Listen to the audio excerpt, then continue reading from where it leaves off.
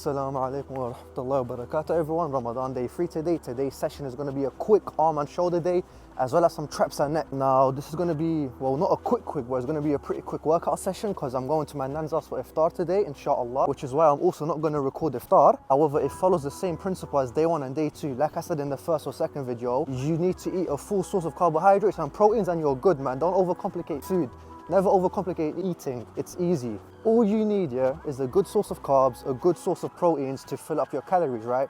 So that could be rice, pasta, potatoes, chicken, beef, fish, whatever, man. Simple stuff, innit? So we start off today's workout with a seated shoulder press. And as always, we take these to failure. We want to challenge ourselves no matter what. A lot of you compliment my gills, the ones that let me breathe underwater. Seated shoulder press actually indirectly trains your serratus anterior. We then move on to some cable lateral raises so we can build that beautiful side out and get them shoulder boulders. A nice little tip is to slightly lean forward and push the weight to the corner rather than the side to less engage the traps. We then do some front raises to fully develop the front delt. A lot of people say the front delt is overdeveloped due to pressing movements, but this ain't the case, man. Train them regardless. We then do some rear delt flies so we can get that full 3D looking shoulders. A lot of people neglect their rear delts and this is a big mistake. Your back will not look complete without your rear delts. That's the shoulder section done. We now move on to the arm section, starting with some reverse curls. These target both the forearms and the brachioradialis. Next, we do some lovely tricep extensions. This variation works all 3 parts pretty nicely. And yeah, let me reiterate once again, we take all these exercises to failure, man. And not only failure, we go beyond failure by doing some partial reps. Because why not? Let's torture ourselves while we're fasting.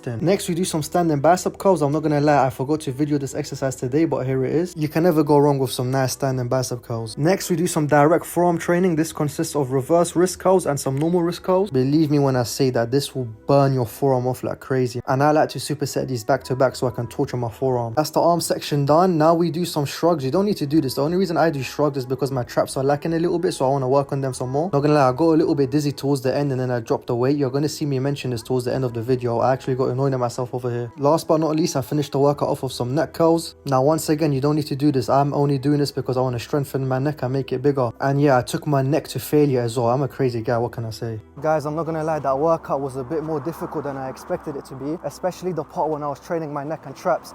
That honestly challenged the life out of me, man. I was firstly tired, lightheaded. I just kept reminding myself of 2 quotes. One, Allah does not burden a soul beyond more that it can bear. The second one, we suffer more in imagination than in reality. This was said by Seneca.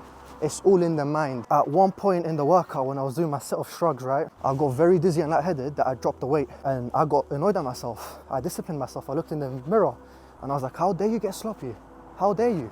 Just because you're a bit tired, you're a bit thirsty, you think it's okay to get sloppy and drop the weight and slack? Absolutely not. Allah didn't send me to the gym for no reason today. Allah does not burden a soul beyond that it can bear. If I'm gonna go to the gym, I'm gonna go there with intent. I'm gonna move the weight with intent. I'm gonna get it done. I'm not gonna get sloppy and drop weight. I got pissed at myself. I was like, you don't do that again.